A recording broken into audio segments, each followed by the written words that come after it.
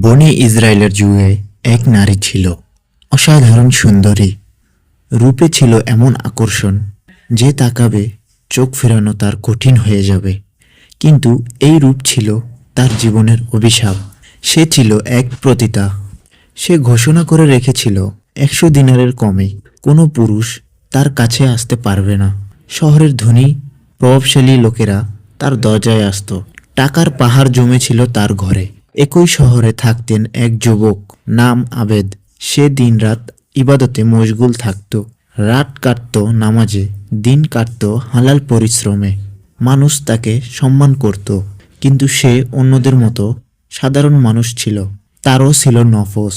একদিন হঠাৎ তার চোখ পড়ল সেই নারীর দিকে। নফসের প্রথম আঘাতে নারীটির রূপ দেখে তার হৃদয়ে এক মুহূর্তের জন্য শয়তান ফিসফিস করল। তিনি চেষ্টা করলেন চোখ নামাতে, কিন্তু মন শান্ত হলো না। রাত এলো, কিন্তু ইবাদতে মন বসল না। সেজদায় গিয়েও চোখের সামনে ভেসে উঠল সেই চেহারা। আবেদ নিজেকে বলল, আমি তো ইবাদতকারী, আমার এমন হওয়ার কথা না। কিন্তু নফস তখন শক্তিশালী।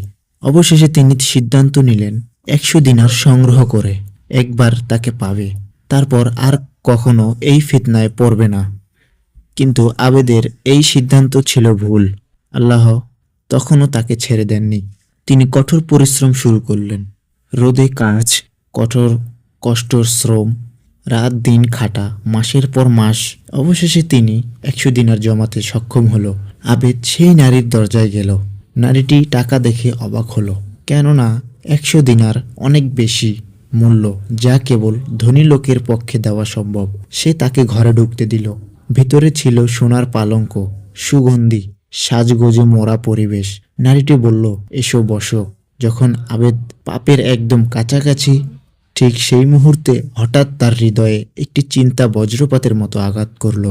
আমি তো আল্লাহর সামনে দাঁড়াবো। এই হাত, এই চোখ, এই শরীর, সবকিছুর হিসাব দিতে হবে। তার শরীর কাঁপতে লাগলো, চোখ দিয়ে পানি ঝরতে লাগলো। চিৎকার করে বললেন, আমাকে ছেড়ে দাও, আমি এই পাপ করতে পারবো না। আবেদ 100 দিনার সামনে রেখে বলল, এই টাকা তোমারই থাক, আমি আল্লাহর ভয়ে কাঁপছি। নারীটি অবাক হয়ে জিজ্ঞেস করলো, তুমি তো আমাকে পাওয়ার জন্য এসেছো, এত কষ্ট করেছো, এখন কেন পালাচ্ছ? আবেদ কাঁদতে কাঁদতে বলল, কিছুক্ষণ আগেও তুমি আমার কাছে প্রিয় ছিলে, কিন্তু এখন আল্লাহর ভয়ে তুমি আমার কাছে সবচেয়ে ঘৃণিত। এই কথা নারীটির হৃদয়ে বজ্রপাতের মতো লাগলো। আবেদ সেখান থেকে চলে গেল। সেই রাতে নারীর চোখে ঘুম এলো না। সে ভাবল, এই লোকটা সারা জীবন ইবাদত করেছে, একবার পাপের কাছে এসে আল্লাহর ভয়ে চলে গেল। আর আমি কি আল্লাহকে একবারও ভয় করিনি? সেই রাতে সে কেঁদে কেঁদে তওবা করলো। সে প্রতিজ্ঞা করলো, আমি এই পাপ আর কখনো করব না। আমি সেই আবেদকে খুঁজে বের করব এবং হালাল জীবন শুরু করব। সে সব কিছু ছেড়ে আবেদের খুঁজে বের হলো। অবশেষে সে আবেদের গ্রামে পৌঁছালো।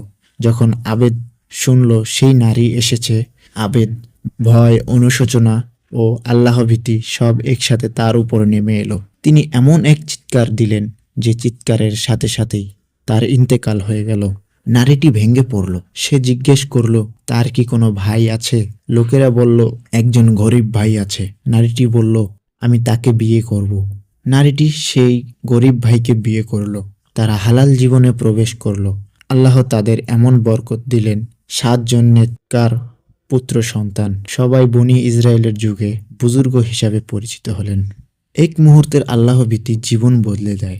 তওবা পাপের অতীত মুছে দেয়। আল্লাহর পরিকল্পনা বান্দার পরিকল্পনার চেয়েও উত্তম। এই কাহিনী আমাদের শেখায় যে আল্লাহর জন্য কিছু ছাড়ে, আল্লাহ তাকে তার চেয়ে উত্তম কিছু দেন।